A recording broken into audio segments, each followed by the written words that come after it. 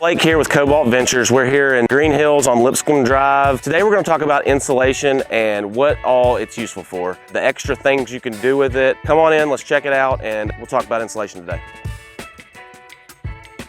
So when talking about insulation, a couple of things really stick out. It conserves all the energy in your home. So for exterior walls, we use closed cell foam. You'll notice that a house that doesn't have it, the utility bills will be different each month. Right here is an example of the spray foam on an exterior wall. They spray foam it and then they come back and they scrape it as it's starting to cure. So once it almost cures all the way, they scrape the excess off, and that's what gets you this look you got right here. Now let's look at an example of insulation used for more of a sound barrier instead of the energy efficiency on the outside. This is more for sound. Let's take a look. So this is a bathroom here. You've got your guest ensuite here. So you got family members coming over, whatever, and the living room's here. You don't want to hear the toilet flushing all the time or any noises coming out of the bathroom. So use it in this application for sound. So the term for this insulation here is called batted insulation. You hear somebody say bat or batted insulation. That's what this is. It just comes in a long strip and you lay it in there. Again, choosing the right insulation is really important here in Tennessee with our humidity, our extreme climate. When you got super hot summers and super cold winters, we find that this is the most foolproof way to insulate a home. So looking at some of the common places we use spray foam insulation is rafter lines, exterior walls, crawl space. So let's go take a look at some of the rafter lines upstairs.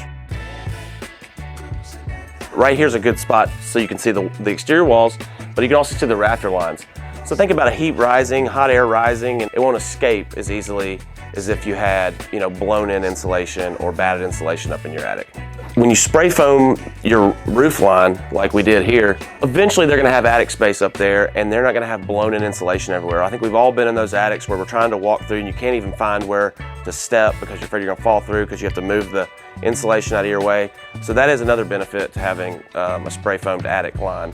So we're in a bonus room right now. This is a good example of why we insulate the garage. This bonus room won't be super hot or super cold depending on the time of year. So let's go take a look at the way we insulated the garage to ensure this bonus room will be enjoyable in the future.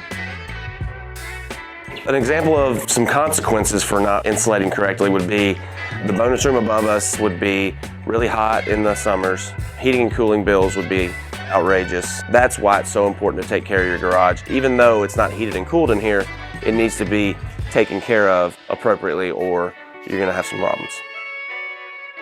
In a detached garage, it's really not necessary to insulate unless you just want to for sound, or if you're putting a little small HVAC unit in there, you would want to. But if you don't have it heated and cooled, there's really no need on a detached garage to have it insulated.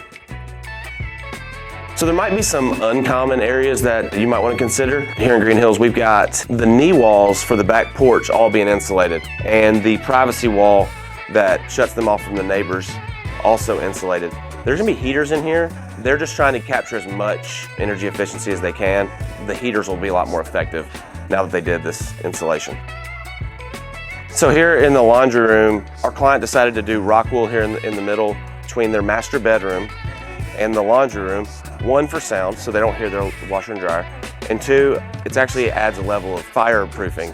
Can't ever be too careful. So he decided to go with Rockwool here in the laundry room. Sound, fireproofing, boom, do it. All right, y'all, that's all I got for insulation today. Hope you learned a couple things. If you liked what you see, like, subscribe, comment. We'd love to hear from you. Thanks and have a great day.